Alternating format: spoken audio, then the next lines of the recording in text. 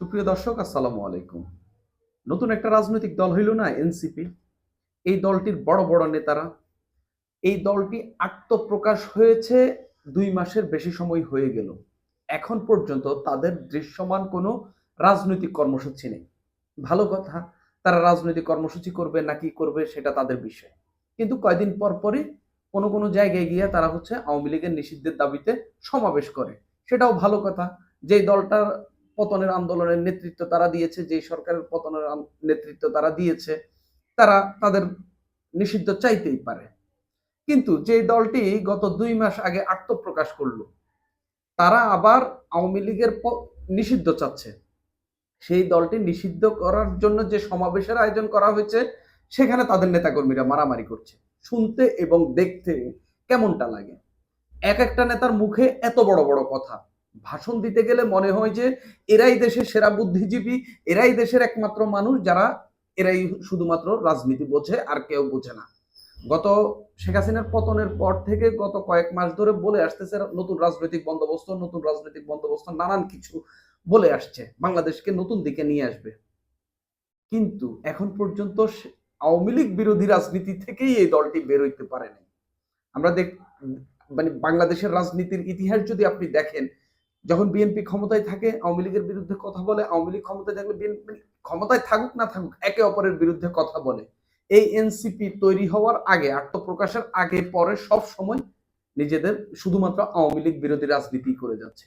এটা দিয়ে নাকি তারা নতুন রাজনৈতিক বন্দোবস্ত করবে। তো কথা সেটা না, কথা অন্যটা। অন্যটা হচ্ছে তাদের সংঘর্ষটা হইল কেন। খুবই ইন্টারেস্টিং। সেখানে তাদের মানে এনসিপির যতগুলো বড় নেতা আছেন তার মধ্যে অন্যতম বড় একজন হলেন সার্জিস আলম। ওই যে কয়দিন আগে ২০০ গাড়ি নিয়ে শোডাউন করলো সেই নেতা আর কি।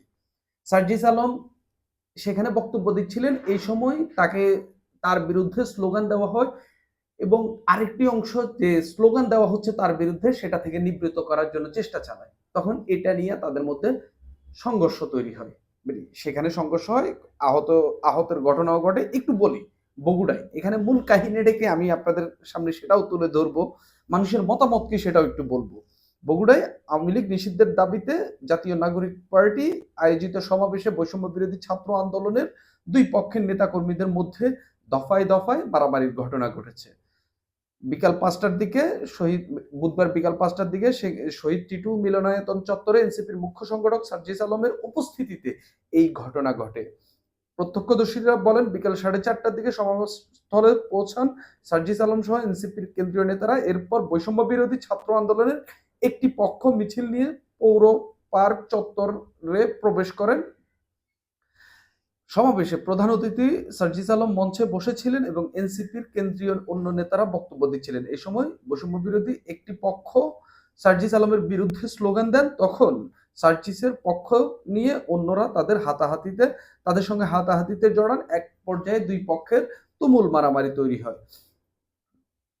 এমন পর্যায়ে মারামারি হয়েছে যে খুবই দৃষ্টিকটু লেগেছে আর কি। বৈষম্য বিরোধী দুই পক্ষের মারামারির সময় সমাবেশের মঞ্চে বক্তব্য দিচ্ছিলেন এনসিপির নেতারা, কেন্দ্রীয় যুগ্ম সদস্য সচিব তাহসিন রিয়াজ, বড় বড় নেতারা উপস্থিত ছিলেন। তবে পরে আওয়ামী লীগ নিষিদ্ধের দাবিতে মিছিল নিয়ে সাতমাথার রাস্তা প্রদক্ষিণ করা হয়। তো এই তো হইল ওইখানে যে ঘটনাটা ঘটছে সেটা। এখন প্রশ্ন হইল, এই সংঘর্ষটা কেন হইল? সংঘর্ষটা হয়েছে অন্য কারণে। এখন পর্যন্ত স্থানীয়ভাবে কিংবা পত্রিকার রিপোর্টে যত তথ্য পাওয়া গেছে, সবকিছু বিশ্লেষণ করে দেখা গেছে, এই যে কিছুদিন আগে এনসিপির একজন নেতাকে ঘিরে ৪০০ কোটি টাকা, তিনি এনসিটিভির যে বই প্রকাশ হচ্ছে সেখানে কাগজে দিয়ে ধান্দা করে নাকি তিনি ৪০০ কোটি টাকা হাতিয়ে নিয়েছেন। এই টাকাটা নাকি তিনি একা খাননি। এটা এনসিপির আরো কয়েকজন নেতার মধ্যে ভাগাভাগি হয়েছে। এটাই, এরকম দাবি তুলেই তারা সার্জিস আলমের বিরুদ্ধে স্লোগান দিচ্ছিলেন। এখন তাদের দাবি হলো যে সালাউদ্দিন তানভীরকে যে বহিষ্কার করা হইলো, আরো অন্যান্য যারা টাকাটা খাইলো ভাগ কইরা, তাদেরকে কেন বহিষ্কার করা হইলো না? শুধুমাত্র এই দুর্নীতির বলি কেন সালাউদ্দিন তানভীর হইল? এখন কথা হচ্ছে, আর কারা কারা টাকা টাকা খাইলো? ওইখান থেকে যেসব তথ্য উঠে আসছে বা যেসব গুঞ্জন শোনা যাচ্ছে যে এই টাকা খাওয়ার ক্ষেত্রে নাকি সার্জিস আলমেরও ভূমিকা রয়েছে, তার হাতেও নাকি টাকা গিয়েছে, এরকম কথাবার্তা শোনা যাচ্ছে। এই যদি অবস্থা হয় এবং এনসিপি কিছুদিন আগে ঘোষণা দিয়েছিল সালাউদ্দিন তানভীরের বিরুদ্ধে তারা সালাউদ্দিন তানভীর ওইটা আর কি, ওই যে সবচেয়ে লম্বা দাড়িওয়ালা যে রাজনৈতিক নেতা এনসিপি তাদের দলে নিয়েছে তিনি আর কি, সালাউদ্দিন তানভীর। একদম বড় বড় দাড়ি, এত বড় দাড়িওয়ালা রাজনৈতিক নেতা এখন সম্ভবত জামাতেও নেই। ওনার খুবই বড়, দেখলে একবারে আল্লাহর ওলি মনে হবে। তো সালাউদ্দিন তানভীর যদি 400 কোটি টাকা লোপাটের জন্য বহিষ্কার হয় দল থেকে, এই টাকা আরো যাদের হাতে গেছে তারা বহিষ্কার কেন হবে না? এনসিপি কেন এটার বিরুদ্ধে অ্যাকশন নিচ্ছে না? যদি সার্জিস আলম নিয়ে থাকে, কিংবা ওই যে স্থানীয় পর্যায়ে যে নেতারা যে দাবি তুলেছেন, নেতাকর্মীরা, তারা বৈষম্য বিরোধী হোক বা এনসিপির সমর্থক হোক, যাই হোক, তারা যে দাবিটি তুলেছে, এটা কি এখন এনসিপি এটা কি তদন্ত করবে? সার্জিস আলমের বিরুদ্ধে সংশ্লিষ্টতা পাওয়া গেলে কি তাকে বহিষ্কার করবে? যদি না করে, যদি তদন্ত না করে, যদি তদন্তে অভিযোগের প্রমাণ কিছুটা পেলেও যদি বহিষ্কার না করে, তাহলে এদেরকে দিয়ে কি আর নতুন রাজনৈতিক বন্দোবস্ত হবে? এই ধরনের ক্যালিবারওয়ালা, এই ধরনের দুর্নীতি প্রবণ নেতাদেরকে নিয়ে রাজনীতি করে আপনারা আওয়ামী লীগের নিষিদ্ধ চান কিভাবে? কিভাবে চাইতে পারেন? আওয়ামী লীগের নিষিদ্ধ বা আওয়ামী লীগকে নিষিদ্ধ করা হোক, এইটা চাওয়ার কোনো নৈতিক অধিকার এখন কি আর আপনাদের আছে? এত এত দুর্নীতির অভিযোগ ওঠার পর সার্জিস আলম যে গত কয়েক মাসে টাকা কামিয়েছে এতে কোনো সন্দেহ নেই। 200-100 শতাধিক গাড়ি নিয়ে হচ্ছে এরকম শোডাউন করা যেন তেন ব্যাপার না। এরকম শোডাউন করতে হইলে তার পূর্ব প্রস্তুতিতে আরো 5 লাখ টাকা খরচ হয় কম করে। শুধু গাড়ি ভাড়া যে গেছে ওইটা না, ওইখানে যে লোক আনছেন সেটার টাকা দিতে হবে না? এই যে 135টা গাড়ি ভাড়া করছেন, 135টা গাড়িতে কাদেরকে ভরেছেন?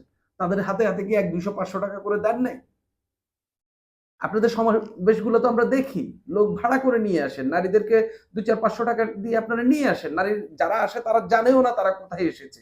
কাউকে জিজ্ঞাসা করলে, আমি কয়েকদিন আগে মিডিয়াতে একটা ভিডিও দেখতে পাচ্ছি, একজনকে জিজ্ঞাসা করছিল, তিনি বলছেন আওয়ামী লীগের সমাবেশে আসছে।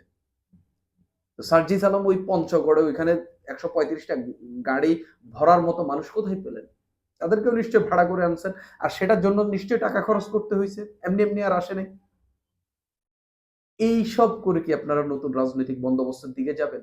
আরো একটা কথা, এই যে একটা দলের সমাবেশ হচ্ছে যেখানে কেন্দ্রীয় একজন বড় নেতা, উত্তরাঞ্চলের মুখ্য সংগঠক যেখানে উপস্থিত রয়েছে, সেখানে সংঘর্ষ হচ্ছে। মোড়ে মাঠে নেতা হাজার খানেক হয় না, এই হাজার খানেকের মধ্যেই আপনাদের সংঘর্ষ চলছে। সমর্থক, কর্মী সমর্থক মানুষ যদি হিসাব করেন সব মিলে হাজার খানেক হবে, 2000 ধরলাম। এই 2000-3000 নেতা কর্মী আসে, তারা সংঘর্ষ করছে। কেন রে ভাই? কি এমন কিছু চলছে এনসিপিতে যার কারণে 1-2000 নেতাকেও সামাল দিতে পারছে না? নাকি কেউ খেতে পারছে, কেউ খেতে পারছে না, এরকম পরিস্থিতি তৈরি হয়েছে কিনা? রাজনৈতিক দলের মধ্যে দ্বন্দ্ব আর সংঘাত কখন তৈরি হয় জানেন? নিজেদের মধ্যে। জাস্ট বিএনপির দিকে তাকালেই বুঝবেন। এই যে বিভিন্ন এলাকায় বিএনপির নেতাকর্মীরা যে সংঘর্ষ করতেছে, বিভিন্ন জায়গায় যে ওর গ্রুপ তার গ্রুপ তৈরি হচ্ছে, কেন? কারণ একটাই, ওই যে ধরেন এখানে একটা জমি রয়েছে যেখান থেকে লাভজনক পণ্য উৎপন্ন হয়, তো তারা এক একজন এক একটা গ্রুপ এটা দখলে নিতে চায়। তো যে গ্রুপ দখল নিতে চায় নিয়ে নেয়, তারা সেখান থেকে লাভবান হয়। যে নিতে পারে না তারা গিয়ে হচ্ছে কিছু সময় সময় দখল নিতে চায়। এটার মধ্যে বালু মহল আছে, তারপরে ঘাট আছে, বিভিন্ন নৌঘাট আছে, তারপরে বাস টার্মিনাল আছে, তারপরে শ্রমিক কল্যাণের নামে নানান কিছু আছে। সবকিছু মিলাইয়া এইভাবেই মানে স্থানীয় পর্যায়ে আধিপত্যটা বিস্তার করা হয়, আধিপত্যটা তৈরি করা হয়। ঠিক এনসিপিতে কি একই কাজ চলছে? তারাও কি আওয়ামী লীগ বিএনপির মতো টাকা ভাগাভাগি বলেন, ক্ষমতার ভাগাভাগি বলেন, কিংবা আরেকজন খাচ্ছে আমি খেতে পারছি না, এর জন্য একে অন্যের বিরুদ্ধে লড়ছেন? একটা ঘটনা না, অনেকগুলো ঘটনা ঘটছে। মাত্র 2 মাস হইল, যাদের এখন পর্যন্ত দৃশ্যমান কোনো রাজনৈতিক কর্মসূচি দেখা যায়নি, যারা এখনো নিবন্ধন পায়নি, যারা এখনো যে তাদের ইশতেহার সেটা প্রকাশ করতে পারেনি, যারা এখনো তাদের গঠনতন্ত্র তৈরি করতে পারেনি, সেই দলটির নেতারা নিজেদের মধ্যে মারামারি করছে কেন? এটাই বড় প্রশ্ন। টাকা কি কেউ পাচ্ছে, কেউ পাচ্ছে না, নাকি অন্য খেলা? কেন মারামারি করবেন? এই প্রশ্নের জবাব কি এনসিপির নেতারা দিতে পারবেন? সালাউদ্দিন তানভীর যদি টাকা খেয়ে থাকেন, লোপাট করে থাকেন, দুর্নীতি করে থাকেন, না করলে তো তাদেরকে বহিষ্কার করা হয়নি। তো এই টাকা আর কার কার পকেটে গেছে? একা তো খায়নি। জাতীয় নাগরিক কমিটির পরিচয় দিয়েই তো তিনি এসব করেছেন, তারপরে এনসিপির পরিচয় দিয়েই তো তিনি এসব করেছেন, তাই না? টাকা তো অন্যদের পকেটেও গেছে, সেই টাকা যাদের পকেটে গেছে তাদের বিরুদ্ধে কি তদন্ত করবেন? এইসব সিদ্ধান্ত নেওয়ার সময় এসেছে এনসিপি। না হলে ওই যে মুখে বড় বড় কথা, ওই যে নতুন রাজনৈতিক বন্দোবস্ত, এইসব ফালতু কথা বলে আর কোনো কাজ হবে না, মানুষ আর কোনোভাবেই গ্রহণ করবে না। আমি এই নিউজে যেখানে প্রকাশ হয়েছে প্রথম আলো, সেখানে নিচে কমেন্টগুলো পড়ছিলাম, অনেকেই অনেক কথা বলছিলেন, কেউ কেউ বলছিলেন এদের মার খাওয়ার সময় হয়ে এসেছে, এরা পালানোর জায়গা পাবে না, তারপরে আরো নানান কথাবার্তা মানুষ বলছে। এভাবেই চলছে একটা সম্ভাবনাময়ী একদল তরুণ যারা ভবিষ্যতে বাংলাদেশকে নেতৃত্ব দিতে পারত, তারা শুধুমাত্র দুর্নীতি এবং ক্ষমতার লোভে দিনে দিনে নষ্ট হয়ে যাচ্ছে। সুপ্রিয় দর্শক, আজ এই পর্যন্তই।